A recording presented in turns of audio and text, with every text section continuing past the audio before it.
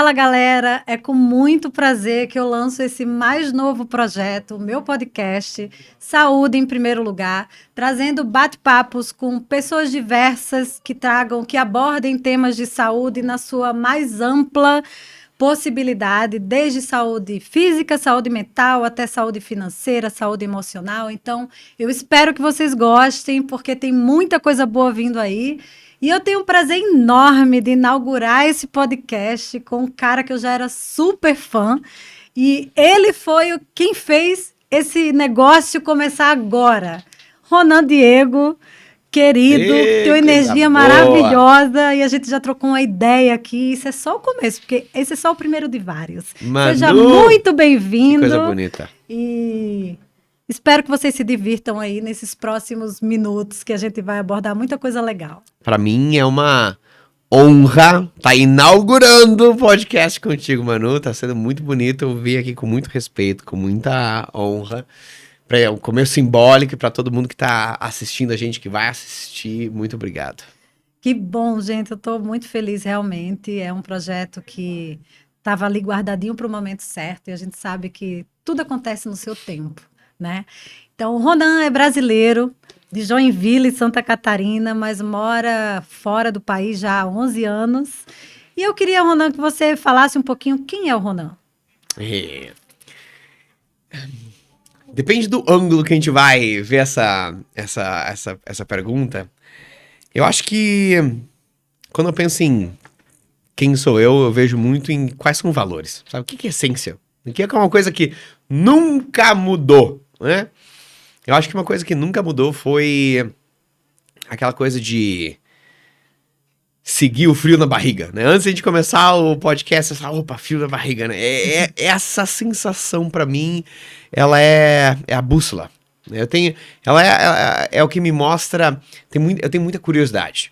E a curiosidade sempre, todo mundo fala que, né, curiosidade matou o gato, né? Minha mãe falava, né? Que era aquela coisa que quando você segue a tua curiosidade, o teu entusiasmo, você acaba se enfiando em algumas enrascadas que pra mim é o que fazem a vida valer a pena.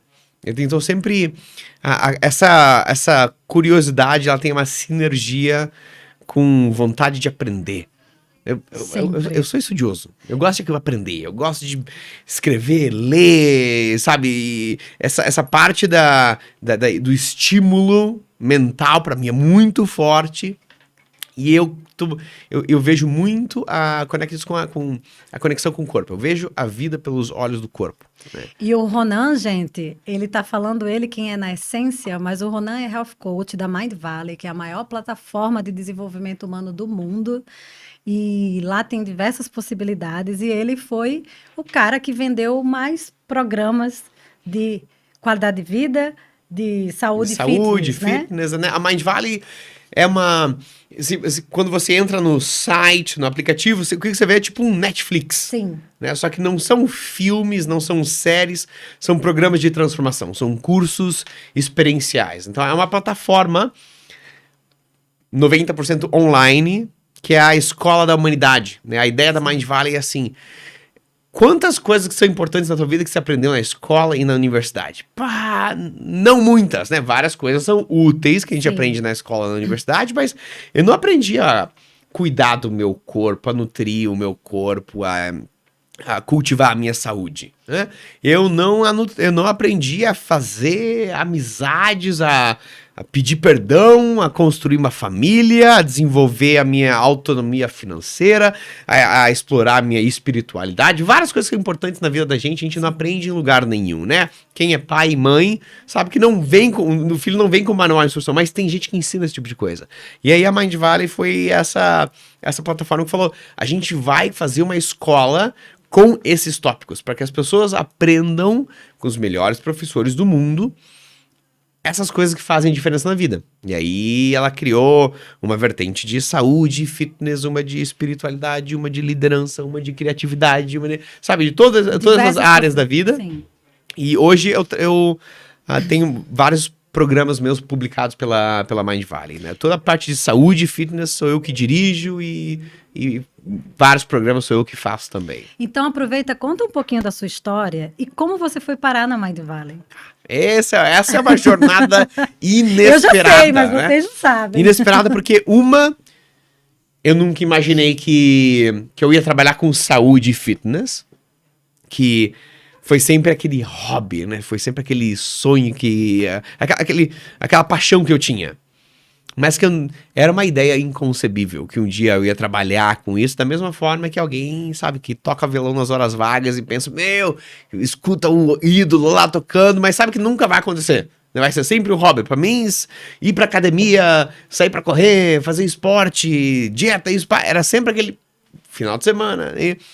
Até que um dia eu decidi fazer das coisas que eu amo, as coisas que eu trabalho, né? Mas essa foi uma das coisas que eu não esperava. Antes disso, eu nunca esperei que eu ia sair do país, né? E foi uma coisa que a educação lá em casa e toda a origem da família, a mentalidade é aquela que viajar é coisa de rico. Né? A gente é uma família que vem de uma origem bem simples. E viajar é o que você vê, sabe? A atriz e o ator da televisão fazendo, né? O pessoal que tá lá, né, famoso e tal, eles pegam um avião. E essa é uma coisa que nunca vai acontecer com a gente.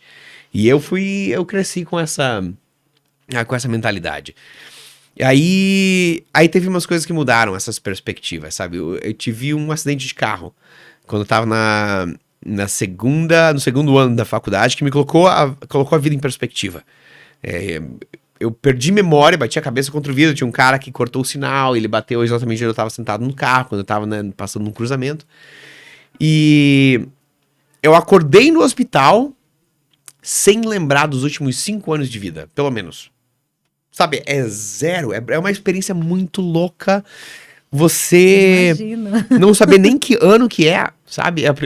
Quando eu acordei no hospital, tinha um amigo meu do meu lado. Eu lembrava dele porque ele vinha de longa data. Eu sabia que alguma coisa estava esquisita, né? E tinha um vazio assim. E eu perguntei, cara, que ano que é esse ano?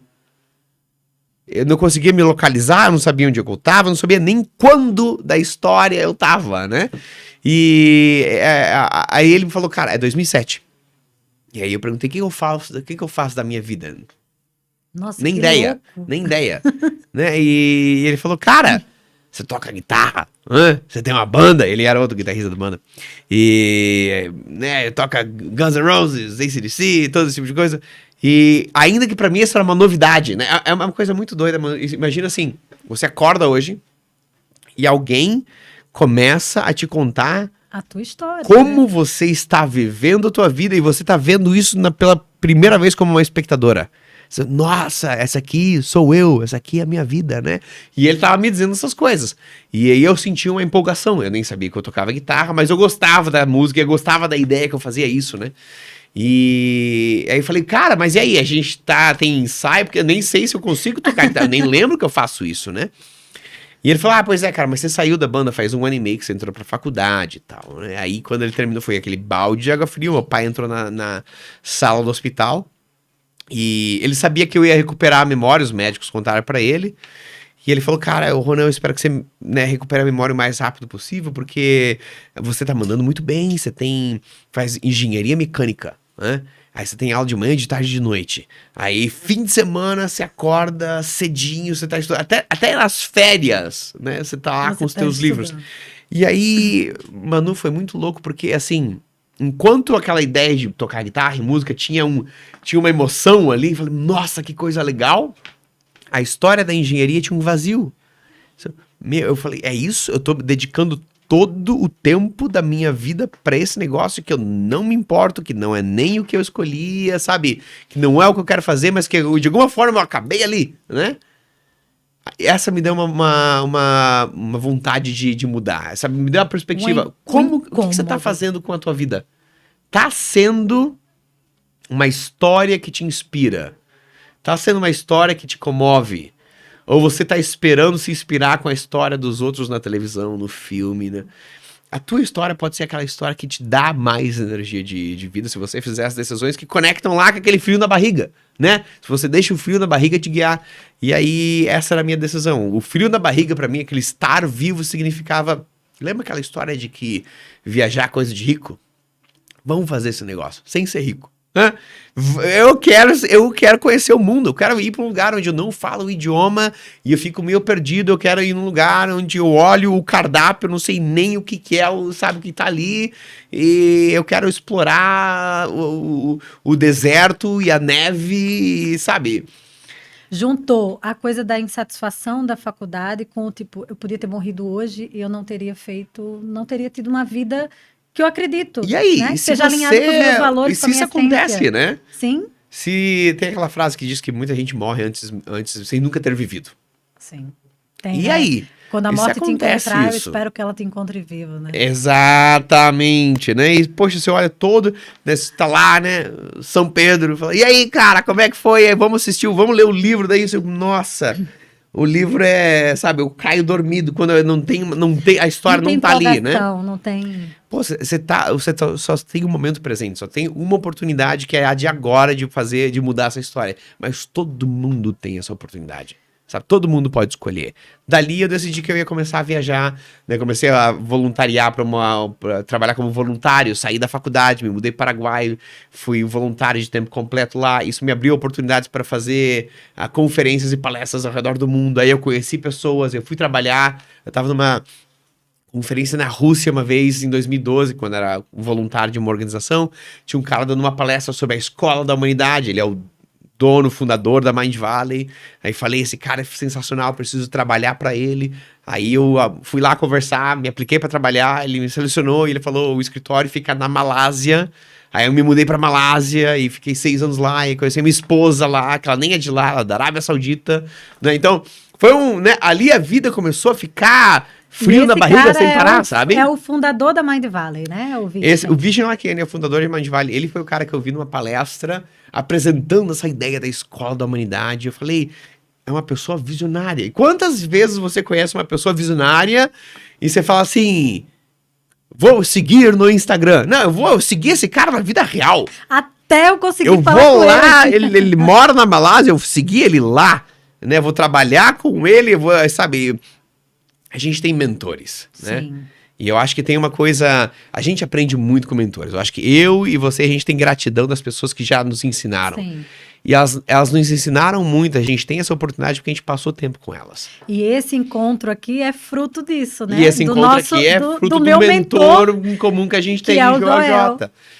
E muita gente tem pessoas que as inspiram, que são modelo, e você tem a oportunidade de aprender com essas pessoas e você tem uma forma de servir essas pessoas. Então eu falo, poxa, se eu chegar naquele cara lá e eu falar, cara, eu preciso de 1 hora do teu tempo, essa coisa nunca vai rolar. Eu vou trabalhar para ele. Sabe? Eu vou ver o que ele precisa, eu vou fazer o que ele precisa, agora dali eu vou observar e eu vou absorver. Sim. E isso me abriu tantas portas que daí eu virei amigo dele. Depois eu saí da Mind Valley e eu comecei a nutrir aquele hobby de atletismo, de esporte, de saúde e fitness. E eu fiquei muito bom nisso porque eu sempre fui muito estudioso. E aí eu comecei a trabalhar com amigos que também queriam ganhar peso, perder peso, competir, não sei o quê. E aí, eventualmente, o Vishen queria melhorar a saúde dele e ele sabia que eu era a referência nessa área, de todos os amigos. Ele falou, cara, como é que eu faço pra melhorar o meu metabolismo, perder peso e, sabe, melhorar minha rotina de sono e levantar peso e ganhar massa muscular, não sei o quê. E eu comecei a ajudar ele, comecei a fazer alguns desafios online, quando tinha muitas pessoas que já estavam pedindo ajuda. Aí ele falou, as coisas ficaram de uma proporção diferente, assim, quando eu já estava trabalhando com vários amigos e amigos de amigos, em várias questões de saúde, fitness, treino de força, rotina matinal, sono, jejum intermitente, um monte de coisa. E aí, quando tinha mais gente do que eu conseguia ajudar individualmente, mais gente procurando, falei, vou fazer um negócio online, né? Vamos colocar um grupo no Facebook, e aí a gente vai fazer uma prática de jejum intermitente, que muita gente queria aprender essa prática. Isso muito antes da pandemia, quando teve um boom do online. Bastante, né? antes. Eu nem lembro de que ano foi, mas talvez 2016, por ali, 2017. E aí eu convidei um grupo de amigos, né? Tava todo mundo querendo fazer, eu falei, gente, vamos fazer isso num grupo no Facebook. Em dezembro eu vou fazer 16 horas de jejum todos os dias, vocês podem fazer junto comigo, a gente fica lá num grupo e todos os dias eu mando um vídeo explicando como é que vai ser. E aí os amigos, vamos fazer tal, foi bem legal. No final do mês tinha alguns amigos que não conseguiram fazer, porque, né, final do ano estavam viajando. Sim. E eles falaram, Ronan, pode fazer de novo em janeiro? Eu falei, beleza. E aí fiz mais um. E aí eu convidei outros amigos, e o Vishen Lakhiani, que era o meu mentor da Mind Valley, que virou muito amigo, convidei ele também. E ele falou, pô, Ronan, que legal, posso convidar a comunidade da Mind Valley, os estudantes e tudo mais? Eu falei, pode, né? Mas vai ser uma coisa muito doida, porque é uma comunidade muito grande, né? E, nossa, eu tava preparado para umas 15, 20 pessoas, 30 no máximo. Eu imagino que se ele convidar a comunidade da Mind Valley, vai vir uns 300, né? Como é que eu vou fazer? Aí vieram 10 mil. Nossa Senhora! Numa semana seguinte, eu tinha 10 mil pessoas num grupo de Facebook. E eu falava, oi gente, eu sou o Ronan, a gente vai fazer isso juntos, né? E então dali as coisas começaram a... Com certeza teve frio na barriga. Nossa! Era diário, assim. E essa era a bússola. Poxa, eu tô fazendo uma coisa que me dá entusiasmo. Essa pra mim foi sempre a bússola. Nunca foi assim, eu vou um dia... Que dali pra frente eu virei parceiro de negócios do Vishen. A gente abriu empresas junto, né? E hoje, da mesma forma que ele é meu mentor, eu sou mentor dele em outras áreas e muitas outras coisas. A gente aprende e ensina o tempo inteiro, né? Nunca foi uma coisa calculada. Né? Quando eu vi ele dando uma palestra, um dia eu vou estar lá na plataforma dele. Não, eu vou seguir o frio na barriga. Eu vou seguir o entusiasmo. E aí eu continuo fazendo isso e as coisas ficam cada vez melhores, né? Cada vez mais bonitas. Você sabe que você fala da sua experiência do acidente, né? E a gente estava conversando antes, eu contando do meu processo de adoecimento. E às vezes eu fico me perguntando se as pessoas precisam perder a saúde para de fato elas valorizarem a saúde. Eu adoro essa conversa. Tem uma frase que eu falo, né? Que é não espere faltar saúde para cuidar da sua saúde. Você acha que é possível... Quer dizer, é possível, claro que é, porque a gente vê que algumas pessoas fazem isso. Mas por que as pessoas têm tanta dificuldade de fazer o óbvio, o fácil, o controlável, como, por exemplo, beber água? A gente tem o controle absoluto de beber água e a gente acaba se prendendo às coisas que a gente não tem controle. Você acha que a gente precisa perder alguma coisa ou tá em risco para poder acender, dar aquele... Sair dessa correria, desse piloto automático da vida e resgatar a nossa saúde, a nossa vitalidade? Eu acho que não. Eu acredito que não. Eu vejo que não. Mas a gente precisa colocar essas coisas em perspectiva. Existe um momento de uma virada de chave ali. Mas esse momento de uma virada de chave, ele acontece num evento emocional.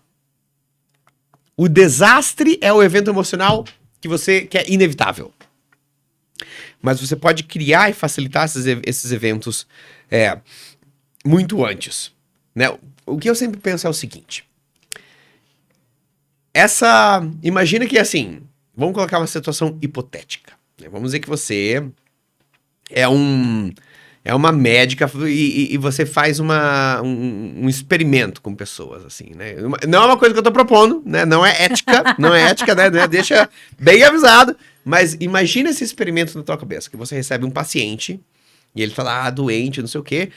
Aí você cria um diagnóstico falso de que aquela pessoa tá, sei lá, com câncer. Nada a ver, mas você chega lá e fala isso. Aquela pessoa vai tomar uma atitude que vai transformar a vida dela de uma forma imediata, sem que ela esteja com desastre, mas porque ela teve um momento emocional de que, eu preciso colocar as coisas em perspectiva. Não é o estado do corpo, não é porque ela ficou doente, é porque ela parou pra pensar. Ela parou pra olhar as coisas, sabe, ela parou pra encarar as coisas que ela precisa encarar, né? Ainda que você inventasse uma mentira de que a pessoa tá com, sei lá, diabetes, câncer, ela não ia pensar, não, mas a mentira não vai acontecer. É uma coisa que muda a atitude. Sim. Geralmente o que acontece é que a gente espera, a gente deixa pra encarar as coisas que a gente tem que encarar até que ela não seja mais uma opção. Então eu tava conversando com um cara que eu conheci em Dubai. Ele perdeu 40 quilos no ano passado. Ele é um empresário, se chama Sajid. E aí eu tava perguntando pra ele, sabe, cara, essa questão de você ter perdido 40 quilos não era uma coisa que você não sabia que tinha que fazer, né? Você estava com 40 quilos acima do peso, era uma coisa que te incomodava todos os dias, talvez por muitos anos da vida. Por que você decidiu fazer isso agora? Eu falo, pois é, o meu tio morreu do coração. Ele morreu do coração e eu falei, naquele dia o negócio sacudiu, né? E tem uma outra mulher que fez um programa que eu tenho aqui no Brasil, perdeu lá 25 quilos para 22, 25 quilos. E eu perguntei pra ela, quando que você decidiu? E como que essas coisas aconteceram? Ela falou, eu fui diagnosticada com diabetes. Eu tava indo pro médico e a minha vista ficou negra, escura, enquanto eu dirigia. Eu falei, opa, eu preciso mudar alguma coisa aqui e agora, né? E aí eu fico pensando, o que você tá esperando? A gente tá esperando alguém morrer, a gente tá esperando ser diagnosticado, a gente não tá. A gente pode criar esse ponto de reflexão antes de que um desastre aconteça. Mas a gente precisa parar para enfrentar as coisas, para olhar a vida, sabe, de uma maneira reta, nos olhos do desafio que a gente tem que encarar, sabe? Porque a gente não tem como... Eu falo muito de saúde, né? Saúde física, saúde... Enfim, saúde tradicionalmente saúde.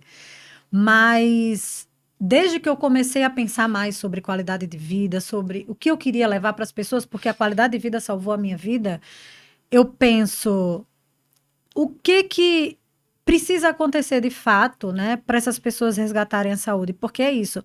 Quando a gente fala, por exemplo, dos profissionais de saúde, que eles sabem exatamente o que eles têm que fazer. A maioria da população sabe, mas mais especificamente, né? E ainda assim são pessoas que dedicam suas vidas a cuidar do outro e negligenciam a sua própria saúde. Sim. Né?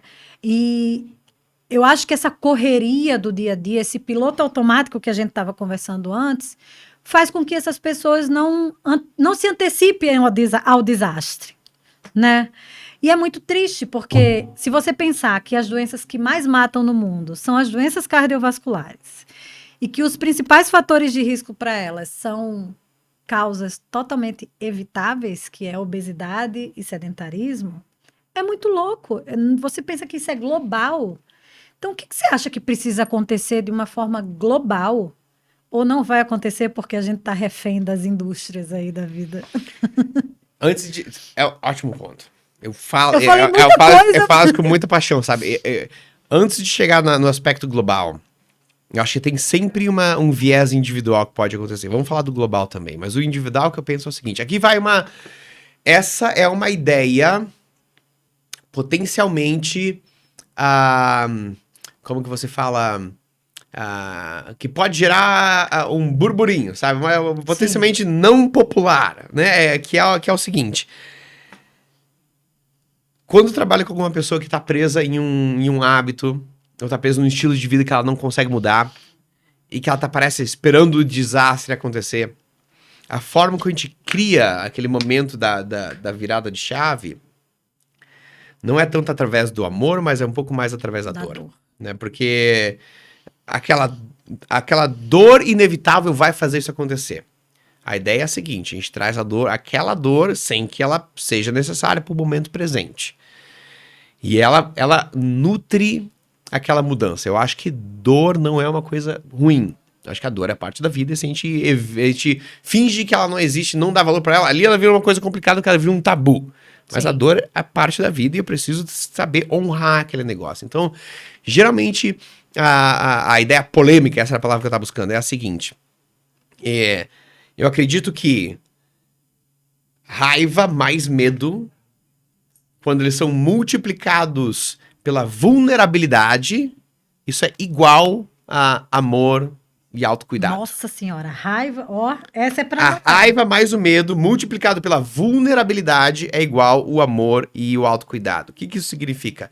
Poxa, eu tô com esse padrão aqui que todos os dias de noite eu como coisas e eu perco o controle de comer, né? E eu fiz a minha janta, eu tomei conta da minha alimentação, mas aí chega um momento que eu me sinto sozinha, eu entediado, eu abro o armário e lá e vou embora. E aí a gente pega, não, vamos parar aqui. o que vai acontecer na tua vida se esse negócio... Pra onde que esse negócio tá te levando? Vamos multiplicar essa experiência por todos os dias e vamos, metaforicamente, aumentar a intensidade desse negócio. Vamos dizer que você faz isso, sabe, o dobro de vezes. Vamos dizer que você faz isso pelos próximos 5, 10 anos. Para onde que esse negócio tá te levando? O que tipo de vida está te trazendo? O que vai acontecer? Qual que é o desastre que vai acontecer se você não mudar isso aqui? Ah, pois é, eu acho que eu vou ficar doente, eu vou ganhar peso, eu vou ficar com diabetes.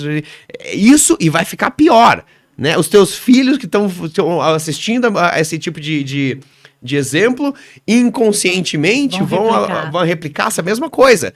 Né? Você vai morrer cedo e deixar filhos, sabe? Você consegue enfiar o dedo na ferida bem pesado para que você enxergue a realidade, sabe?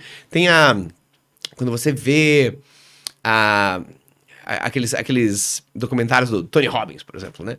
Ele tá lá com 10 mil pessoas e tal, e aí vem um casal e eles falam, pois é, a gente tá tendo problema de relacionamento e tal, e qual que é o problema que tá acontecendo? Ah, pois é, a gente tá dando um mau exemplo pros filhos. Não, é muito pior do que isso. Primeiro ele vai lá e vamos dar uma olhada na escuridão desse negócio, não é nem aumentar o medo, vamos olhar para aquela coisa que é real, mas que a gente tá escondendo, né? Vamos chegar no momento e dizer, basta! Esse negócio, ele tá piorando, ele tá acabando com a minha vida, ele tá me transformando numa pessoa que eu não gosto, uma pessoa que eu não quero ser, e ele tá dando mau exemplo para as pessoas que eu mais amo, eu tô sendo destrutivo desse negócio. Então, quando você consegue aumentar aquele medo e a raiva daquele negócio que, sabe, que tá te levando pro fundo do poço, mas você alia isso com a vulnerabilidade, que é, eu preciso mudar. Eu acho que eu preciso de ajuda. Né? E eu posso crescer, eu posso mudar, eu posso aprender coisas novas. Sim. Aí você tem a luz no final do túnel. Aí você cria aquele momento de virada de chave antes que alguém morra do coração, sabe? Antes que você tenha um AVC. Então essa é uma das coisas que eu gosto de fazer pessoalmente quando eu trabalho com as pessoas. Antes de a gente falar amor, carinho, autocuidado. Não, primeiro a gente vai olhar na escuridão do negócio. Sim. E vamos colocar o dedo na ferida para que a gente consiga usar aquela força, transmutar ela para uma coisa que é positiva no momento. Acho que esse é um viés individual. Se a gente sempre tem essa atitude, a gente é menos refém do global. Agora, no global, a situação é um pouco mais complicada. Sim, super, né? Porque o que você tem é o seguinte... Hoje você tem uma indústria alimentícia que ela cria produtos que fazem com que você patrocine a tua própria diabetes, né? Patrocine a tua própria obesidade. Sem que a gente queira isso, a gente não faz isso de forma consciente, ninguém tá escolhendo esse tipo de coisa, mas é o ambiente alimentício... Sim. Que faz com que essas decisões sejam as mais fáceis de fazer, né? Se você for viver a vida de uma forma razoável, num piloto automático, você vai fazer o cérebro desenhado para fazer as decisões que sejam mais fáceis, mais econômicas, mais simples. Menos energia. Quando a gente olha para que tipo de comida a gente tem disponível ao redor da gente, e você for perguntar o que é o mais saboroso, mais estimulante, o que é o mais barato, o que é o mais conveniente, são as coisas que estão gerando todas as doenças crônicas, porque elas são desenhadas para que as pessoas percam a controle do consumo. Sim, mas é engraçado porque assim, no Brasil a gente tem muita disponibilidade de diversas frutas, verduras, legumes, mais do que em muitos outros países, né? E eu acho que também tornou complexo essa coisa de dizer como comer saudável. Se criou uma crença de que comer saudável é caro, né? E eu gosto sempre de dizer assim, gente, comer saudável é descascar. Tudo que você descasca e que você tira da terra é comer saudável. Tudo que você desembala, desempacota, você está comendo mal, né? Você está se alimentando mal. Eu acho que é a forma mais fácil e prática, e normalmente é a mais barata. A gente sabe que no Brasil tudo está muito caro, mas comer fruta, verdura e legume ainda é mais barato do que muita coisa empacotada, né? É mais barato do que o tratamento médico lá no futuro. Acho que a gente não dá conta disso, né? Tem gente que vive a vida inteira para quando se aposentar, bancar os remédios que vão tomar para hipertensão, diabetes. Ronan, eu trabalho no hospital público, no setor de neurologia. Então, o que eu mais vejo é Alzheimer, esclerose múltipla, AVC. E mesmo dentro de um hospital, a gente vê que a alimentação fornecida ali Pois é, não é a ideal para aqueles porque o pacientes. hospital também é parte de um sistema.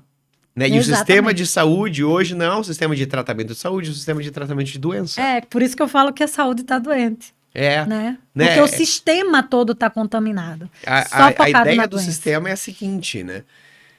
Você tem uma pessoa que vive a sua vida e tem os seus hábitos. Um dia, essa pessoa fica doente. Agora ela entra no sistema. Né? Ela vai para um hospital, ela vai ser atendida por um profissional da saúde, que é uma pessoa que está dedicando a sua vida, está com a melhor das intenções, está usando todo o seu potencial, mas que também teve a educação que faz parte de um sistema, né? Uma educação que foi patrocinada por uma indústria que desenhou um medicamento e aquela indústria faz com que o sistema de educação seja desenhado para que aquele profissional consiga receitar um medicamento. Então, tem a pessoa doente aqui, indo comprar o medicamento, agora o dinheiro daquele medicamento pode pagar os empregados, todo o negócio gira. Se não tem gente doente, esse sistema não funciona. E você sabe o que é louco? Às vezes, quando o médico não prescreve nenhuma medicação, o paciente sai reclamando, dizendo que o médico não é bom. Porque ele não prescreveu nenhum desaforo, remédio. Né? Porque a gente inconscientemente alimenta esse sistema e você vê que ele é desenhado para que as pessoas fiquem doentes e tenham um tratamento, porque esse tratamento é que paga o salário para ele, gira toda aquela engrenagem, né? O que a gente não tem é um tratamento que nutre, um sistema que nutre a saúde. Né? A gente tem um tratamento, o sistema de saúde é um sistema de doença, e aí a doença gera dinheiro, né? E o negócio roda, mas o que eles não têm uma pessoa que está saudável e que tem todo um sistema deixando ela ainda mais saudável, para que ela nunca chegue a ficar doente. Né? Essa é uma coisa interessante que acontece na medicina tradicional chinesa. Tem o sistema de médicos e doutores da medicina. Eu morei bastante tempo na Malásia, né? Passei pela Ásia inteira e aprendi muito desses profissionais. Lá, você não paga pro médico quando você tá doente. Você paga ele para te manter saudável. Olha. É uma coisa interessante. Né? Ele paga o profissional para te manter saudável. Né? Quando você tá doente, aí o sistema usa aquele dinheiro que tá circulando para resolver o problema. Mas não é quando eu estou doente, eu pago e resolvo. Eu pago para me ajudar a estar cada vez mais saudável. Então aquele sistema, ele nutre a saúde. E ele funciona economicamente também. Sim. Eu acho que essa é uma coisa que para mim me interessa, sabe? E ali a gente começa, como que a gente nutre a saúde? A gente não vai no medicamento, a gente vai no estilo de vida. Mas você não acha que com a pandemia, eu tenho essa sensação, tá? Eu não sei se é a bolha que eu vivo, mas é que eu vivo em tantas bolhas, eu vivo na bolha do esporte, na bolha do hospital, eu vivo em tantas bolhas, mas eu tenho a sensação de que com a pandemia as pessoas passaram a buscar mais qualidade de vida. O medo aumentou. Não necessariamente. Até porque, assim, qualidade de vida foi um dos termos mais buscados na internet durante a pandemia. Sim. E eu acho que as pessoas que realmente trabalham com qualidade de vida e bem-estar vão crescer, tem um universo de possibilidades aí para a gente explorar, né? Sem dúvida. Até porque é uma coisa engraçada, quando eu estava no processo de escrever esse livro e de criar minha mentoria de qualidade de vida, eu comecei a perguntar para as pessoas, o que é qualidade de vida para você? Porque existe um conceito, né? Mas às vezes para você tem um ponto mais importante do que para mim, né? É bem subjetivo, né? Bem subjetivo. E eu ouvi muito sobre tempo e dinheiro. Ter mais tempo para ficar com meus amigos, meus filhos, com minha família, ter mais dinheiro para não precisar trabalhar tanto, ter mais liberdade de fazer as coisas que eu quero. Isso foi muito curioso. Mas, ao mesmo tempo, quando você fala, por exemplo, para a gente começar a olhar para a saúde de alguém, a gente precisa fazer ela enxergar onde está o problema, faz todo sentido, porque as pessoas não têm tempo. Então, elas estão tão no piloto automático, e a gente vai falar de piloto automático muito, que elas não se percebem, elas se desconectam do corpo, do próprio corpo. Eu vi você falando isso em algum vídeo, dessa desconexão com o corpo, né? Então, o corpo, ele fica todo separado, todo dividido, e a própria medicina, ela divide o teu corpo, né? Você vai no especialista disso, no especialista daquilo. E assim, a pergunta que eu queria fazer para o Ronan é: o que você aprendeu com o seu corpo? O que seu corpo te ensinou? O corpo, pra mim, ele sempre guardou todas as lições de evolução pessoal que eu precisava. Sabe, o corpo pra mim não é apenas aquela coisa que eu mudo o peso, eu mudo a aparência, não é apenas aquela coisa externa, mas eu ter engajado com o meu corpo para melhorar a minha saúde, transformar o meu corpo, eu tive que desenvolver autocuidado, eu tive que desenvolver reverência e honra, eu tive que desenvolver disciplina, e eu tive que enfrentar várias lições que me fizeram um homem melhor, um ser humano melhor. Porque o corpo físico, ele guarda aquelas lições que faz com que a gente tome um passo à frente naquele caminho de evolução, sabe? Se você lidar com o corpo de uma forma de transformação, né? Não apenas uma coisa, não um paliativo ali, né? Eu vou perder peso pro verão, mas se eu for transformar o meu corpo, eu vou ter que encontrar partes da minha personalidade, partes do meu caráter e enfrentar algumas lições que eu preciso resolver que vão me transformar em uma pessoa melhor. E aí, essa é uma coisa que você vê de uma forma recorrente. Muita gente, quando elas passam por uma transformação significativa do corpo, você vê aquele antes e depois e tem uma história incrível, dali pra frente a vida decola. Porque a pessoa, poxa, eu transformei o meu corpo, é uma coisa muito tangível, você consegue ver o antes e depois com os olhos, né? E é uma coisa que leva tempo, porque o corpo é uma camada de resistência muito densa, né? Você muda uma ideia assim, muda o corpo, leva meses de consistência. Sim. Agora você tem poder nas suas mãos. E aí você pensa, poxa, o que mais da minha vida eu vou melhorar? Agora eu vou melhorar o meu trabalho, agora eu vou melhorar o meu relacionamento. Coisas menos tangíveis, mas que eu tenha aquela potência de... O corpo me mostrou que eu posso transformar. Essa é uma coisa que o corpo me mostrou muito. E o que eu vi é que a gente precisa estar conectado com o corpo para acessar essa riqueza. Né? As pessoas que estão mais dissatisfeitas com o corpo são aquelas que são obcecadas pela saúde, pelo fitness, pela imagem, ou aquelas pessoas que usam o corpo apenas para carregar a cabeça. Né? Tá cheio deles. Tá um monte. Né? Às vezes essa é uma coisa quando eu pergunto para pessoas que falam, poxa, Ronan, eu sei que eu deveria comer um pouco mais de verduras, mas não consigo comer. Eu sei o que eu deveria fazer, eu só não consigo fazer elas, né? A gente começa aí eu pergunto, pra que você usa o corpo? Qual que é a função do teu corpo na tua vida, né? E a pessoa, como assim, pra que eu uso o do meu corpo? Me conta. O que o teu corpo te dá de valor na tua vida? E aí a gente começa a ver que o corpo é aquele negócio que leva a minha cabeça pras reuniões. Né? Essa é a única função.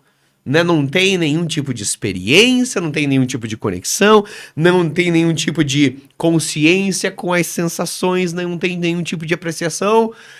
A única função do meu corpo é carregar a cabeça. Aí, se essa é a minha conexão com o corpo, que é uma conexão bem ausente, é bem natural que eu não tenha vontade de engajar com aquele negócio, que é tipo assim, é você ter um relacionamento com alguém que você vê uma vez por ano, né? Você não tem aquela vontade de investir naquele relacionamento, porque você não tem um relacionamento, é uma coisa ausente. Então, primeiro a gente começa a construir uma conexão com o corpo. Que seja engajar em movimento, usar o corpo para esportes, usar o corpo para alguma conexão, expressão artística, ou usar o corpo para meditação e apreciar os sentidos e as sensações do dia a dia, sabe? Buscar coisas que você nunca fez, talvez, né? Aquela história, quando foi a última vez que você fez algo pela primeira vez? Né? Exato. E eu falo isso porque eu falo assim, gente, você se disponibilizar a fazer coisas que você nunca fez, experimentar novas possibilidades, talvez você descubra um talento que você tem, Ou um hobby que pode virar o seu trabalho, como você falou, né? Isso também aconteceu comigo. Eu toco percussão e eu nunca imaginei que eu tinha talento para isso. E eu fui porque uma amiga falou: vamos entrar numa oficina de percussão. E a gente foi, e assim, na hora eu descobri, falei assim, nossa, não é que eu levo jeito para isso? E naquele mesmo ano eu estava ganhando dinheiro com isso. E continuo ganhando até hoje, assim. Então, eu percebo que as pessoas têm uma resistência de sair da zona de conforto, que, na verdade, não tem nada de confortável.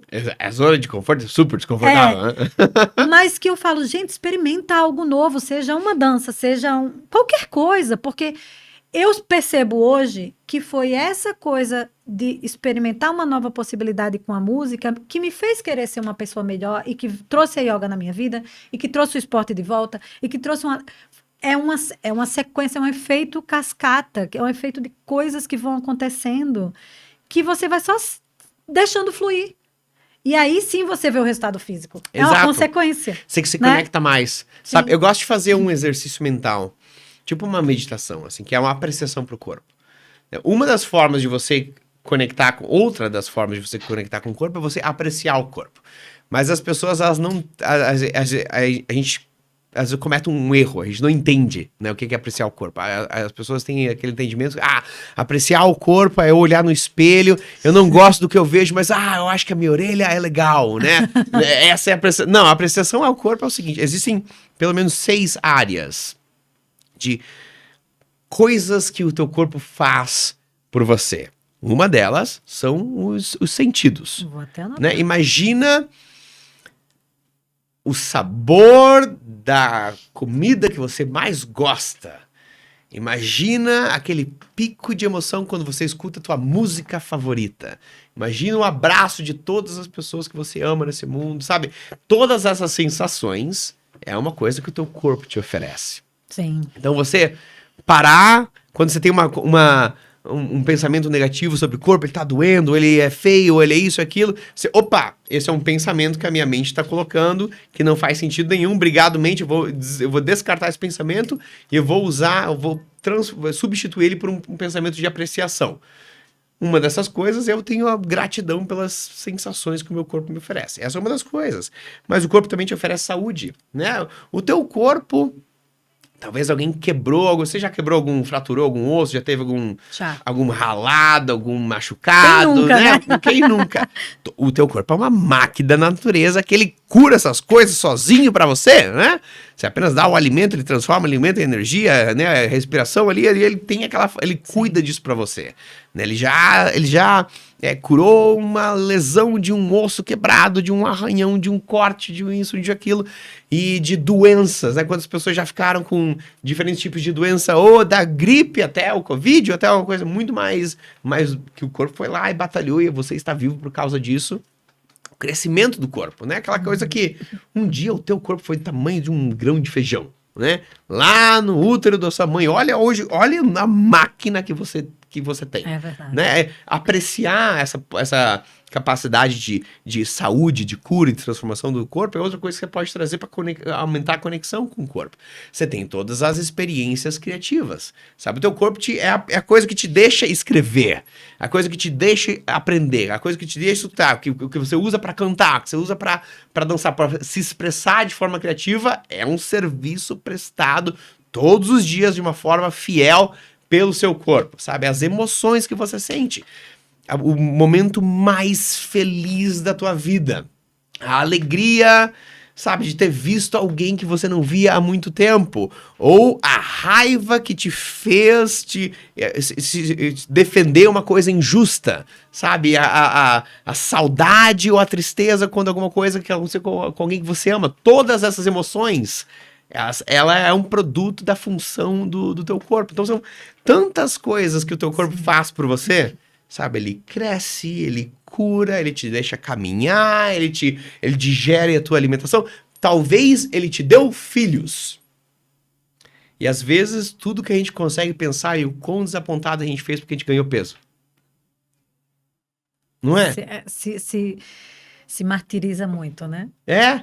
Nossa, o corpo é uma máquina ele da natureza, uma força. Aquilo, né? E às vezes a gente esquece dessas coisas todas e tudo que a gente tá frustrado porque eu ganhei 5 quilos, 2 quilos, tá? Eu acho que quando a gente começa a praticar a apreciação em relação ao corpo, todas as coisas, todos os serviços que o corpo me presta, todas as coisas que ele me oferece, todas as coisas que ele faz possível na minha experiência de ser um ser humano, eu começo a me conectar mais, e quando eu me conecto mais, fica mais fácil de eu cuidar. Porque de quem a gente ama, a gente cuida. Sim. Não é uma... É um esforço, mas é um esforço que te preenche. Sim. Né? E aí, se a gente começa a... Se a gente se vê como uma pessoa que a gente ama, né? Ó, que ideia louca, né? Se eu for uma pessoa Será que eu amo... Com né? certeza eu vou me cuidar melhor. Eu consigo me cuidar um pouco melhor, porque é isso que eu faço pelas pessoas que eu amo e aprecio. Você sabe que o Vipassana, a proposta do Vipassana é justamente essa, né? Você observar as sensações no corpo. Yeah. No corpo, parte por parte, sentimento por sentimento, seja ele bom ou ruim. Milímetro por milímetro, né? Milímetro por milímetro. E é uma experiência muito louca, porque se a gente pensar que o nosso corpo, ele reflete quem a gente é. E aí, quando eu falo corpo, não o corpo estética, né? Mas as doenças que a gente traz, né? Eu tenho uma doença autoimune. Sim. E a gente estava até, eu conversando com a minha amiga que está ali, a gente estava conversando, a gente se conhece há 20 anos quase, né? Que a gente fez residência em oncologia juntas. E a gente estava lembrando de tantas coisas que a gente já passou na vida, e eu vou me emocionar, porque eu já estou vendo que ela está emocionada. Tá vendo nos olhos ali, ó. E quando a gente se conheceu, eu estava num momento, apesar de eu estar tendo uma conquista de... Eu larguei tudo, larguei minha família lá em Maceió, vim para o Rio de Janeiro fazer oncologia, mas eu não estava bem. Eu estava no processo de adoecimento, eu não fazia esporte, foi a fase da minha vida que eu mais engordei, eu me deixei de lado para colocar a profissão em primeiro lugar. E a gente estava lembrando o quanto eu era uma pessoa mais amarga, reclamona, mas... E como a gente, depois de tanto tempo, viu essa transformação uma na outra, né? Então, se a gente já sabe que o nosso corpo é reflexo de quem a gente é, de quem, né? Por que não cuidar disso com mais carinho, com mais amor, com mais afeto? Então, eu sempre gosto de falar que as pessoas precisam parar. Não adianta você dar receita de bolo do que ela tem que fazer para perder peso. Se ela não parar para se perceber, e aí eu vou voltar lá para o nosso começo, de quando você falou que quem você é tem a ver com seus valores, que é, quais são os meus valores? É. O que é inegociável para mim? Do que eu não abro mão? Porque se você tem isso muito certo, se você tem isso muito bem definido, fica fácil de você fazer escolhas. Na hora que eu vou comer algo que eu sei que não vai me fazer bem, tá ferindo um valor seu? Para mim tá, porque qualidade de vida para mim é um valor inegociável, porque a qualidade de vida salvou a minha vida. Né? Então, por isso que eu repito sempre, não espera faltar saúde para cuidar da sua saúde. Usa ela como uma expressão de quem você é. Exatamente. Que coisa. Eu vejo nos teus olhos que essa é uma mensagem que vem do coração. É, sabe? do coração, porque eu tenho raiva, às vezes, das pessoas que têm a sua saúde plena e elas não cuidam disso como uma joia, sabe? Eu não Porque tenho. você passou pela carne como era o oposto, Por mais que né? as pessoas me vejam hoje como uma pessoa que, pô, é do esporte, é triatleta, é ultramaratonista, é instrutora de yoga, mas eu não sou uma pessoa tão saudável. Eu tenho uma doença autoimune, eu dependo de uma medicação, eu tenho os meus processos, eu quase morri há 3 anos atrás por conta disso tudo. Por isso que hoje eu valorizo isso muito mais. Que são lições e presentes que o teu corpo te deu. Sim. Né? Então, Hoje eu tenho você vontade de consegue olhar chacoalhar pra as trás pessoas. e ver essas coisas de uma perspectiva de Sim. gratidão. Eu tenho vontade de chacoalhar as pessoas e falar assim, cara, você tem uma coisa que eu não tenho, que é a saúde plena. Cuida dela. Sabe? Então, Ronan, eu queria que você falasse um pouquinho, cortar um pouquinho a emoção. A gente fala muito de hábito, né? E que os bons hábitos, criou-se também aquela coisa de que, os bons hábitos a gente paga agora, faz o sacrifício agora e só tem o retorno lá na frente. E os maus hábitos a gente tem o prazer agora, mas a conta chega em algum momento. Como que a gente pode fazer para tornar os bons hábitos prazerosos agora? A gente presta atenção neles. Né? Essa ideia de que o hábito é bom, ele vai te dar o benefício lá na frente, é uma mentira. Você não está prestando atenção no hábito bom. Sai para caminhar quando você está estressado para você ver o que ele faz com você. Não eu saio pra caminhar porque lá daqui 6 meses eu vou perder peso.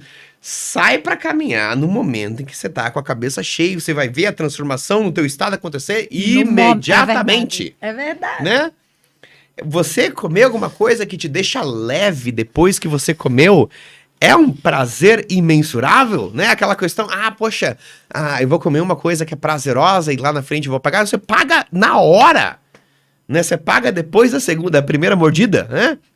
Que quando o teu corpo já começa a ficar, sabe, começa a sentir gases no intestino, você começa a sentir o julgamento na mente, aquela, poxa, quer saber, vou chutar o balde, você está pagando no momento presente. Se você acha que está pegando prazer agora para pagar depois, é porque você não está prestando atenção. Não está prestando, é verdade. Eu lembro que eu já adulta, morando já no Rio de Janeiro, ou seja, já velha, eu tomava leite com Nescau e açúcar. Então, toda vez eu tomava e ia pro banheiro. Mas eu nunca me liguei que aquilo era do leite com Nescau e açúcar. Né? Só depois de muito tempo. Então, realmente, é verdade isso que quando você tá falando. Presta atenção no hábito, você vê que o hábito saudável, ele te paga o benefício agora. Né? E o hábito que não é ruim, ele te paga a conta imediatamente. Você só não tá prestando atenção. É verdade. Então, no fundo, a gente tá falando tudo isso e conversa com o que eu digo também, porque quando eu falo de 4 pilares que eu encontrei para você começar do básico a melhorar a qualidade de vida, que é saúde, obviamente, tempo, educação financeira e o que eu falo que é o principal, mas que a maioria das pessoas não sabem que precisam, que é o autoconhecimento, que é tudo isso que a gente estava falando. Não adianta você querer ter saúde, não adianta você querer gerir sua vida financeira se você não sabe, de fato, quem você é, o que você quer para você, para o seu futuro, né? E como que você vê hoje, se você pegar uma pessoa que ela sabe que... Eu recebo muito assim, eu quero mudar minha vida, mas não sei por onde começar. Qual dica você daria para alguém que quer começar, mas que ela está completamente perdida? Ela não sabe o que ela quer, ela só sabe que ela está insatisfeita, ela tem um incômodo. A primeira coisa, a gente cria uma pequena rotina, uma pequena estrutura de autocuidado. Assim, eu vou primeiro me conectar comigo mesmo. E para aí eu começo no corpo. Porque o corpo, quando eu não sei o que eu quero, eu primeiro me conecto comigo. A forma mais fácil de eu me conectar comigo é eu estar em contato com o corpo, eu estar cuidando do corpo. E aí eu começo com as coisas que são fáceis de eu fazer para cuidar do corpo. Eu saio para fazer uma caminhada. Começo o dia com isso. Né? Não precisa ser uma caminhada de 1h30, uma caminhada de 10 minutos. Sim. Antes da caminhada, eu tomo um copo grande de água, né? Ou uma garrafa de água. Eu começo hidratando o corpo e aumento um pouquinho a minha energia. Faço uma prática, talvez, de jejum intermitente. Não precisa ser uma coisa muito grande, mas é uma coisa que eu estou em contato com algumas práticas que cultivam a minha saúde. A ideia dessas práticas fáceis, geralmente eu faço assim, quando a gente está começando um trabalho completamente novo, com alguém que está ou querendo transformar a sua saúde, ou que está tentando se achar na vida, tem um kit. O kit, né, iniciante, assim, 12 horas de jejum, meio litro de água de manhã cedo e 10 minutos de caminhada.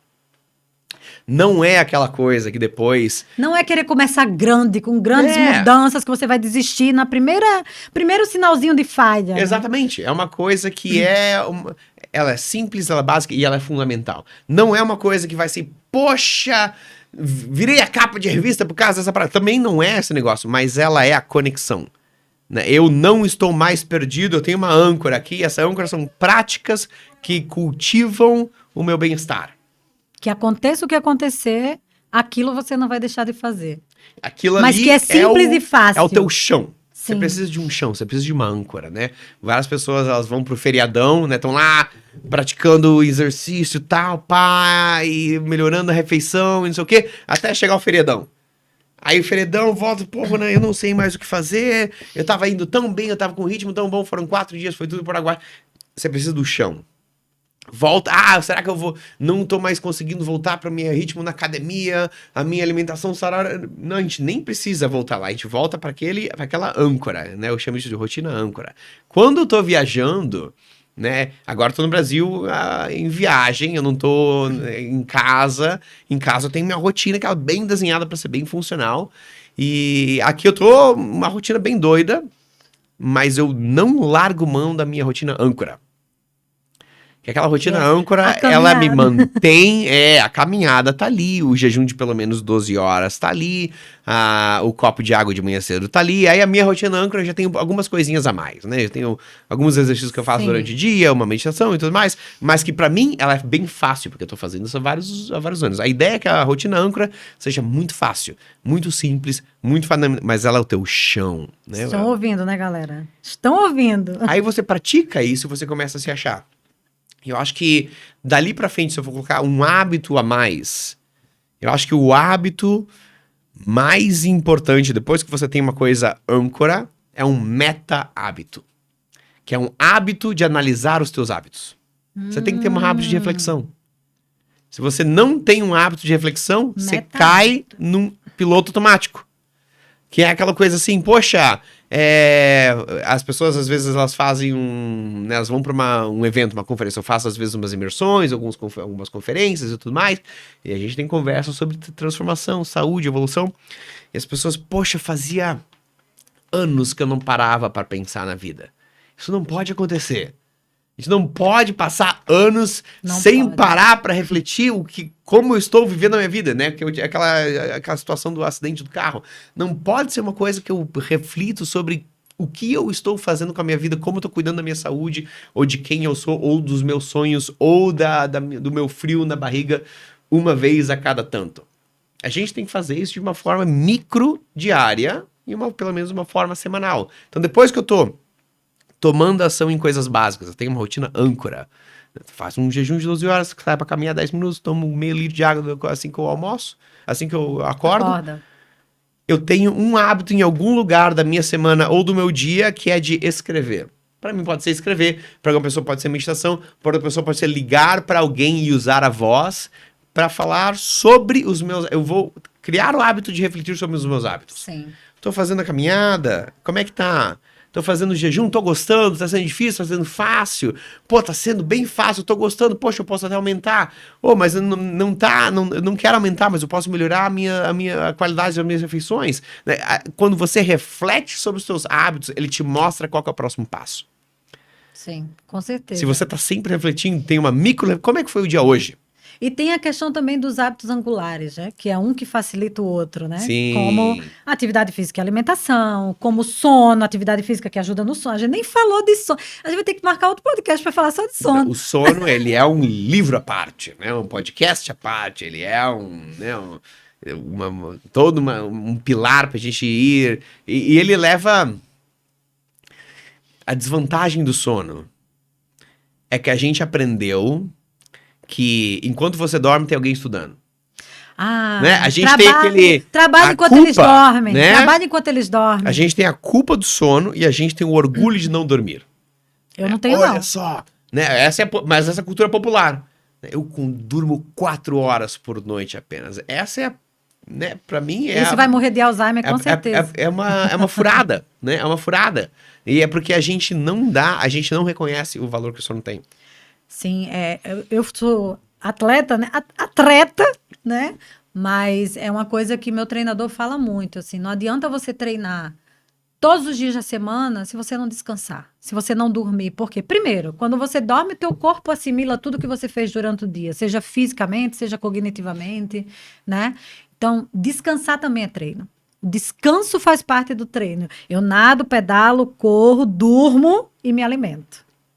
Não são 3 esportes. Não são 3 modalidades, são 5, na verdade. Sim. E eu sou trabalhadora noturna, né? A gente estava conversando Aí tem toda uma técnica especial, um cuidado com o sono especial. E aí eu aprendi a hackear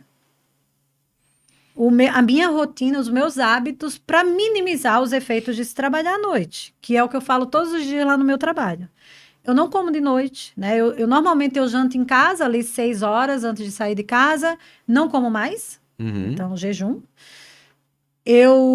Sempre que eu volto para casa, eu não durmo imediatamente. Eu já acostumei o meu corpo que quando eu chego não é hora de dormir. Então eu vou praticar atividade física para ele não sair do ciclo circadiano. Eu não trabalho todos os dias à noite, né? Sim. Então...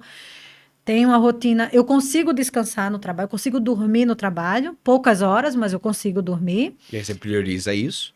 Quando eu tô acordada, como eu trabalho no ambiente de enfermaria, eu não tenho emergência, então eu só sou chamada numa necessidade, então eu mantenho a luz apagada.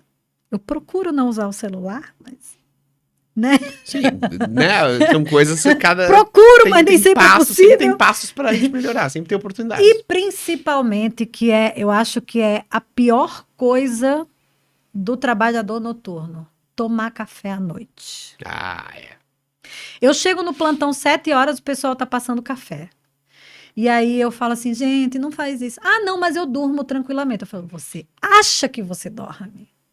Porque você pode até achar que você dorme, mas você não faz as fases do sono, você não entra no sono REM. A gente sabe que o café interfere no sono REM. Enfim, mas isso aí a gente vai se aprofundar em outro momento, porque a gente tá com a horinha. Eu queria ficar aqui 3 horas com você, Orlando. Poderia ficar o resto até 2024 conversando contigo aqui. Mas, antes de terminar, eu queria pedir para você falar uma coisa, que fala um pouquinho pra gente o que é o biohacking. Porque no Brasil ainda é um termo que as pessoas não conhecem muito e perguntam.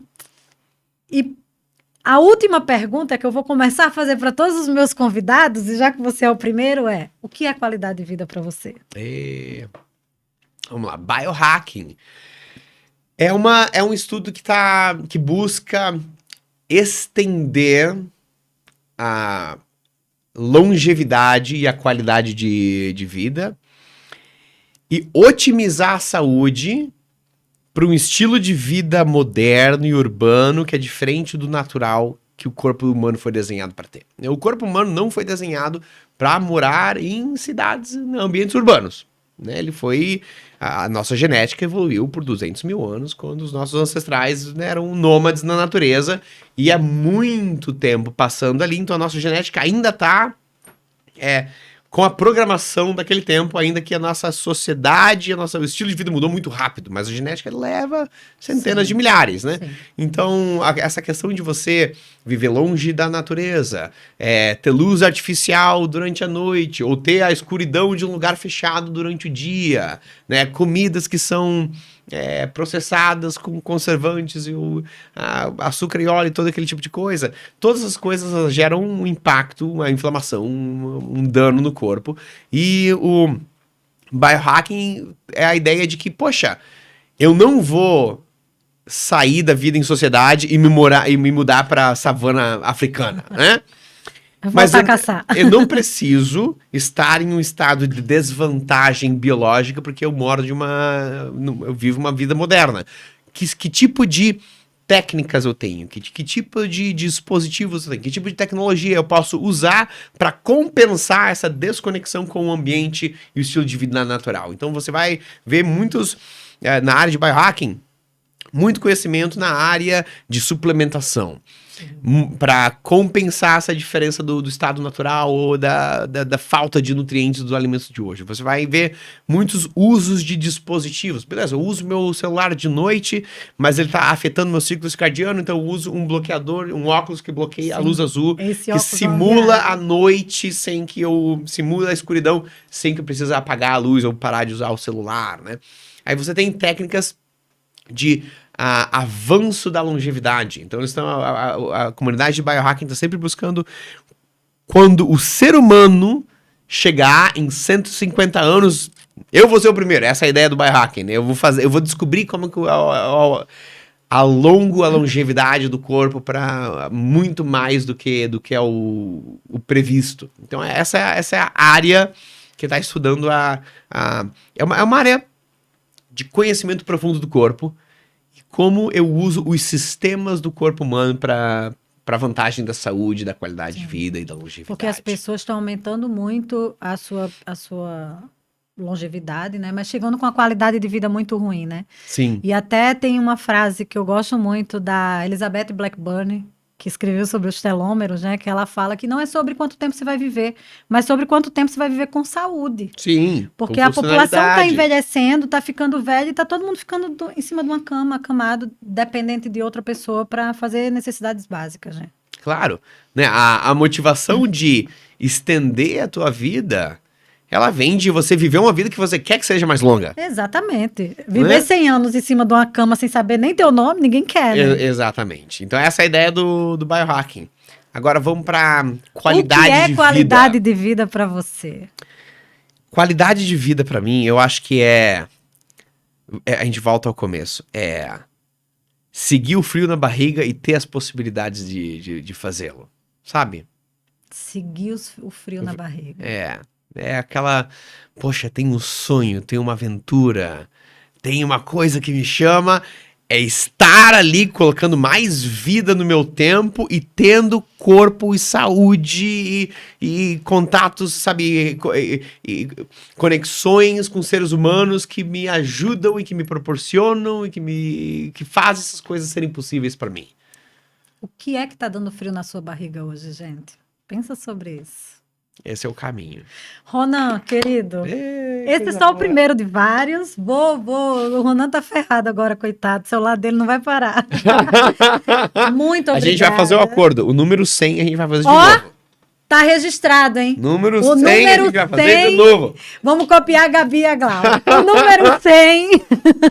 Inaugurando o podcast, essa é a regra. E quando você voltar, a gente tem que marcar um treino lá, que aquele lugar, eu amo aquele lugar. É maravilhoso, né? Bonitíssimo. É bonitíssimo. Elas são muito queridas também. Muito, muito. Adorei estar lá com elas também. Elas são incríveis. Então, Ronan, muito obrigada, querido. Muito obrigada mesmo. Foi um prazer enorme. Muito prazer de abrir esse projeto que, com você. E quando você sempre que vier para o Brasil, se quiser ir no Rio de Janeiro, também trazer sua esposa, sua família, para mim vai ser um prazer enorme receber vocês lá, para passear, para conhecer a cidade maravilhosa.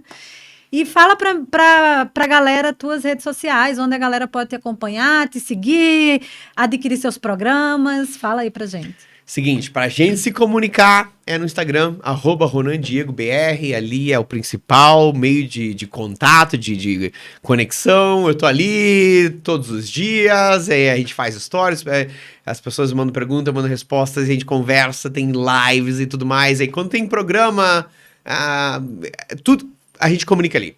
Se você for ali no Instagram, você vai ficar sabendo o dia. Site, WhatsApp, Telegram, programa, Plenitude, evento, tudo. O Telegram, o Instagram, @RonanDiegoBR, é ali onde a gente começa essa conexão. Então, gente, muito obrigado. Aproveitem, se inscreve no canal, curtam, compartilhem. Quem ainda não me segue e quiser me seguir no Instagram é @ManuRios_AL. E também estou à disposição para quem quiser mandar perguntas, tirar dúvidas. E já divulgando também o meu livro, A Saúde Está Doente, Como Sair da Exaustão para uma Vida com Qualidade. Eu vou deixar o link na descrição e um QR Code aqui na tela para quem quiser adquirir. E até o próximo episódio. Estou muito feliz de abrir esse projeto hoje, pode dizer a data? Hoje é dia 9 de junho, mas não vai ser publicado hoje. Vai ser publicado futuramente, mas eu aviso no meu Instagram assim que estiver no ar. Aguardem. Muito obrigado, Manu. Foi uma honra. Obrigada, gente.